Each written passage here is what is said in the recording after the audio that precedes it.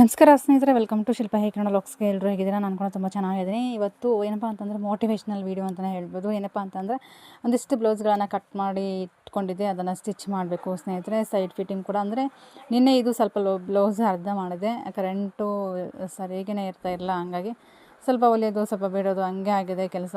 Blouse ನೋಡಿದ್ರೆ ಸಿಕ್ಕಾಪಟ್ಟೆ ಇದ್ದಾವೆ, ಏನು ಮಾಡೋದು ಅನ್ನೋದು ಒಂದು ಟೆನ್ಷನ್ ಆಗಿದೆ. ನನಗೆ ಪೆಡಲ್ ಹಾಕಿ ತುಳಿಯೋಕ್ಕೂ ಆಗಲ್ಲ, ಯಾಕಂದರೆ ಪೆಡಲ್ ಸ್ವಲ್ಪ ರಿಪೇರಿ ಬಂದಿರೋದ್ರಿಂದ ಇವತ್ತು ಈ ಗತಿ ಬಂದಿದೆ ಅಂತಲೇ ಹೇಳ್ಬೋದು. ಕರೆಂಟ್ ಬಂದಾಗಷ್ಟೇ ಸ್ಟಿಚ್ ಮಾಡಬೇಕು, ಇಲ್ಲ ಅಂತಂದರೆ ಕೆಲಸನೇ ಸ್ಟಾಪ್ ಆಗಿಬಿಡುತ್ತೆ. ಹೆಂಗೆ ಮಾಡೋಕ್ಕಂತ ಗೊತ್ತಾಗ್ತಿಲ್ಲ. ಮದುವೆ ಸೀಸನ್ ಇದೆ ಅಲ್ವಾ, ಹಂಗಾಗಿ ಸ್ವಲ್ಪ ಬಟ್ಟೆ ಬಂದಿದ್ದಾವೆ, ಸ್ಟಿಚಿಂಗನ್ನು ಮಾಡಬೇಕು. ಪೆಡಲ್ ಸ್ವಲ್ಪ ರಿಪೇರಿ ಮಾಡಿಸ್ಕೋಬೇಕು ಸ್ನೇಹಿತರೆ. ರಿಪೇರಿ ಮಾಡಿಸ್ಕೊಂಡ್ವಿ ಅಂತಂದರೆ ಅದನ್ನು ಕರೆಂಟ್ ಇಲ್ಲ ಅಂತಂದ್ರೂ ಕೂಡ ನಾವು ಸ್ಟಿಚಿಂಗನ್ನು ಮಾಡ್ಕೋಬೋದು.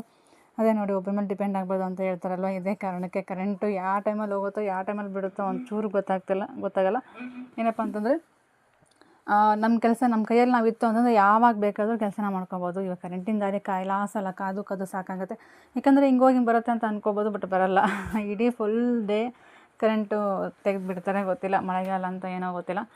ಹಾಗಾಗಿ ಕೆಲಸನೇ ಸಾಕ್ತಾನೆ ಇಲ್ಲ, ಏನು ಮಾಡೋಕ್ಕಂತನೂ ಗೊತ್ತಾಗ್ತಿಲ್ಲ.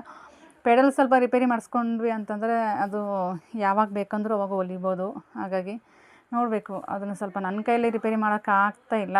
ಹಾಗಾಗಿ ಅದು ಎಲ್ಲ ಬೇಕಾದಂಥ ಐಟಮ್ಸ್ ಇಲ್ಲ, ಅದಕ್ಕೆ ಸ್ಕ್ರೂ ಅದು ಪ್ಯಾನರ್ ಅದೆಲ್ಲ ಏನು ಇಟ್ಕೊಂಡಿಲ್ಲ ನಾನು. ಅದು ಇಟ್ಕೊಂಡಿದ್ದೆ ಅಂತಂದರೆ ನಾನೇ ರಿಪೇರಿ ಮಾಡ್ಕೊತಾ ಇದ್ದೆ.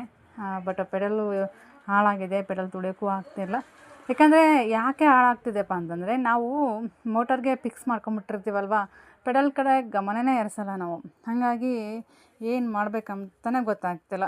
ಮೋಟರನ್ನ ಹಚ್ಕೊಂಬಿಟ್ಟಿರ್ತೀವ, ಕರೆಂಟ್ ಬಂದಾಗ ಹೊಲಿಯೋದು ಸುಮ್ಮನೆ ಆಗೋದು. ಪೆಡಲ್ ಹಾಕಿ ತುಳಿತಾ ಇದ್ದರೆ ಅದೇ ಒಂದು ಸ್ವಲ್ಪ ಅಭ್ಯಾಸ ಆಗುತ್ತೆ, ಮತ್ತು ರನ್ನಿಂಗೂ ಇರುತ್ತೆ ಮಿಷನ್ನು. ಹಿಂಗೆ ನೋಡಿ ಸ್ವಲ್ಪ ಸ್ಟಾಪ್ ಮಾಡಿದ್ವಿ, ಯಾವುದಾದ್ರೂ ಒಂದು ವಸ್ತುವನ್ನಾಗಿರ್ಬೋದು, ಮಿಷಿನ್ನಾಗಿರ್ಬೋದು, ಏನಾದರೂ ಸ್ವಲ್ಪ ರನ್ನಿಂಗ್ ಮಾಡ್ಕೊತ ಇದ್ದರೆ ಚೆನ್ನಾಗೇ ಬಾಳಿಕೆ ಬರುತ್ತೆ. ಬಟ್ ರನ್ನಿಂಗ್ ಏನು ಮಾಡಲ್ಲ, ಸ್ಟಾಪ್ ಮಾಡಿಬಿಟ್ಟಿದ್ದೀವಿ, ಹಂಗೆ ಅದು ಅಲ್ಲೇ ಸ್ಟಾಪ್ ಆಗ್ತು ಅಂದರೆ ಅದು ಇನ್ನೂ ಸ್ವಲ್ಪ ಸ್ಟಾಪ್ ಆಗಿ ಇನ್ನೂ ಹಾಳಾಗಿ ಕೈ ಕೊಟ್ಬಿಡುತ್ತೆ. ಒಂದಲ್ಲ ಒಂದಿನ ಇವಾಗ ಬಂದಿದೆ ನೋಡಿ, ಗ್ಯಾಸು ಯಾವ ರೀತಿ ಕೈ ಕೊಡ್ತಾ ಇದೆ. ಕಟ್ಟಿಗೆ ಒಲೆನೇ ಮತ್ತೆ ರಿಪೀಟ್ ಬಂತು ಅಂತಲೇ ಹೇಳ್ಬೋದು. ಅದೇ ರೀತಿ ಆಗ್ತಾಯಿದೆ. ಇವಾಗ ಮೋಟರ್ನ ಫಿಕ್ಸ್ ಮಾಡ್ಕೊಂಡಿದ್ವಿ. ಮೋಟರು ಶಾಶ್ವತ ಅಲ್ಲ, ನಮ್ಮ ಪೆಡಲೇ ಶಾಶ್ವತ ಅಂತಲೇ ಹೇಳ್ಬೋದು. ಯಾಕಂದರೆ ಅಂಥ ಒಂದು ಟೈಮ್ ಬಂದೇ ಬರುತ್ತೆ ಅಂತ ಹೇಳ್ತಾರಲ್ವ, ರಿಟರ್ನ್ ಅಂತ. ಹಾಗಾಗಿ ಮತ್ತೆ ಒಂದೊಂದು ಸರಿ ಬಂದೇ ಬರುತ್ತೆ. ಪೆಡಲ್ ಹಾಕಿ ಸ್ಟಾರ್ಟಿಂಗ್ ನಾವೆಲ್ಲ ಪೆಡಲ್ ಹಾಕಿ ತುಳಿತಾ ಇದ್ವಿ. ಇವು ಮೋಟರ್ ಬಂದಾದಮೇಲೆ ಈ ಮೋಟರ್ಗೆ ಅಡಾಪ್ಟ್ ಆಗಿಬಿಟ್ಟಿರ್ತೀವಿ. ಮೋಟರ್ ಬಿಟ್ಟು ಸ್ಟಿಚ್ ಮಾಡೋಕ್ಕೂ ಮನಸ್ಸು ಬರೋಲ್ಲ. ಅಯ್ಯೋ ಕರೆಂಟ್ ಬಂದರೆ 1 ಅವರಲ್ಲಿ ಹೊಲ್ದು ಬಿಡ್ಬೋದು ಅಂತಂದ್ಬಿಟ್ಟು ಲೇಝಿ ಮಾಡ್ಕೊಂಡು ನಾವೇನು ಮಾಡ್ತೀವಿ, ಕರೆಂಟಿನ ದಾರಿ ಕಾದು ಸಾಕಾಗೈತೆ, ಪೆಂಡಿಂಗ್ ಉಳ್ಕೊಂಬಿಟ್ಟಿರ್ತವೆ. ಹಾಗಾಗಿ ಹಿಂಗಾಗುತ್ತೆ ಕೆಲಸ. ಏನು ಮಾಡೋದು, ಎಷ್ಟು ಮನೆ ಕೆಲಸ ಮಾಡಿಕೊಂಡು ಸ್ಟಿಚ್ ಮಾಡೋಣ ಅಂತ ಕೂತ್ಕೊಂಡಿರೋ ಟೈಮಲ್ಲೇ ಕರೆಂಟ್ ಹೋಗ್ಬಿಡುತ್ತೆ. ಅದು ನನಗೆ ಗ್ರಾಚಾರವೋ ಅಥವಾ ಏನೋ ಗೊತ್ತಿಲ್ಲ.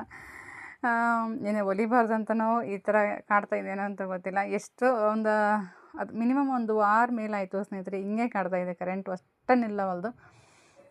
ಪೆಡಲ್ ರಿಪೇರಿ ಮಾಡಿಸ್ಕೊಂಡ್ರೆ ಅದಂಥ ಬೆಸ್ಟ್ ಇನ್ಯಾವುದೂ ಅಲ್ಲ. ಅದನ್ನು ಮೊದಲು ರಿಪೇರಿ ಮಾಡಿಸ್ಕೋಬೇಕು. ಯಾಕಂತಂದರೆ ಯಾವಾಗಂದರೆ ಅವಾಗ ಈ ಮಳೆಗಾಲ ಬಂದಿರೋದ್ರಿಂದ ಕರೆಂಟ್ ಯಾವ ಟೈಮಲ್ಲಿ ಬೇಕಾದರೂ ಹೋಗುತ್ತೆ. ಅದನ್ನು ನೆಚ್ಕೊಂಡು ಕೂತ್ಕೊಂಡ್ರೆ ನಮ್ಮ ಕೆಲಸನೂ ಆಗೋಲ್ಲ, ಅಲ್ಲೇ ಸ್ಟಾಪ್ ಆಗಿಬಿಡುತ್ತೆ. ನೋಡಬೇಕು, ಅದೊಂದು ಸ್ವಲ್ಪ ರಿಪೇರಿ ಮಾಡಿಸ್ಕೊಂಡ್ವಿ ಅಂತಂದರೆ ನಮಗೆ ಈಸಿ ಆಗುತ್ತೆ.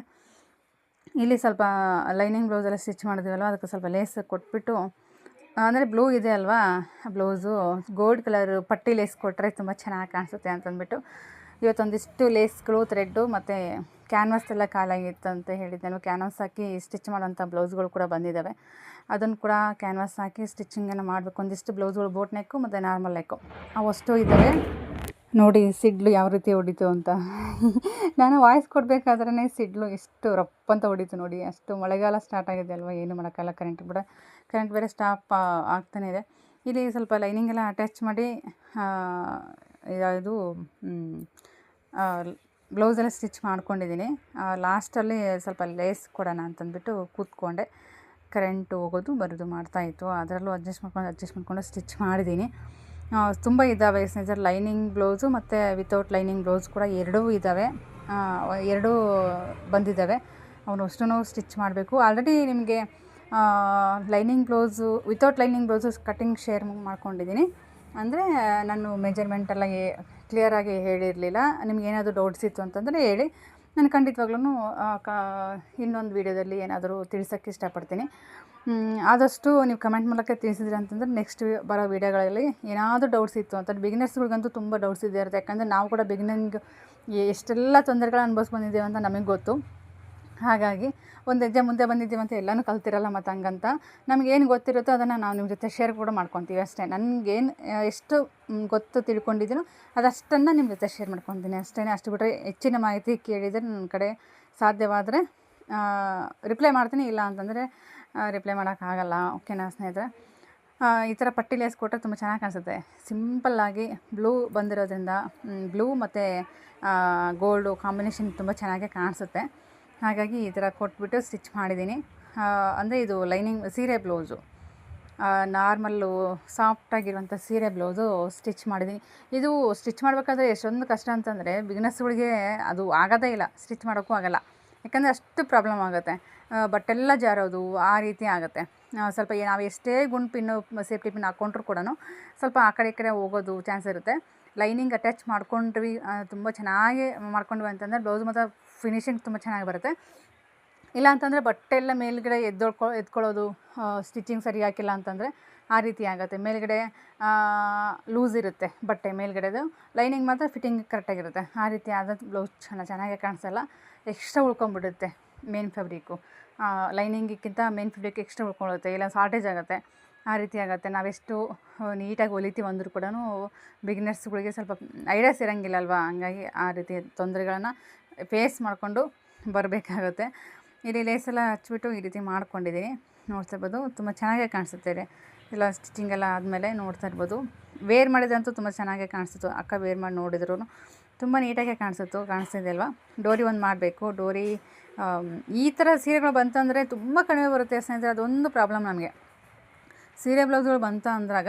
ಯಾಕಂದರೆ ದೊಡ್ಡ ಅಳತೆ ಬ್ಲೌಸ್ ಅಂತ ಬಂದಾಗಂತೂ ಬಟ್ಟೆನೇ ಶಾರ್ಟೇಜ್ ಆಗಿಬಿಡುತ್ತೆ. ಸೀರೆಲೇ ನಮಗೆ ಸೀರೆ ಸಮೇತ ಕೊಟ್ಟರೆ ಸ್ವಲ್ಪ ಕಟ್ ಮಾಡ್ಕೊತೀವಿ.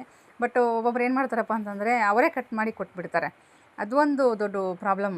ಅವ್ರು ಹೆಂಗಪ್ಪ ಅಂತಂದರೆ ಅದು ಬ್ಲೌಸ್ ಪೀಸ್ ಹೆಂಗೆ ಬಂದಿರುತ್ತೋ ಹಂಗೆ ಕಟ್ ಮಾಡಿ ಕೊಟ್ಬಿಡ್ತಾರೆ. ಕ್ರಾಸಾಗಿ ಬಂದರೂ ಕೂಡ ಕ್ರಾಸಾಗೇ ಇರುತ್ತೆ, ನೇರವಾಗಿ ಬಂದರೆ ನೇರವಾಗೇ ಇರುತ್ತೆ.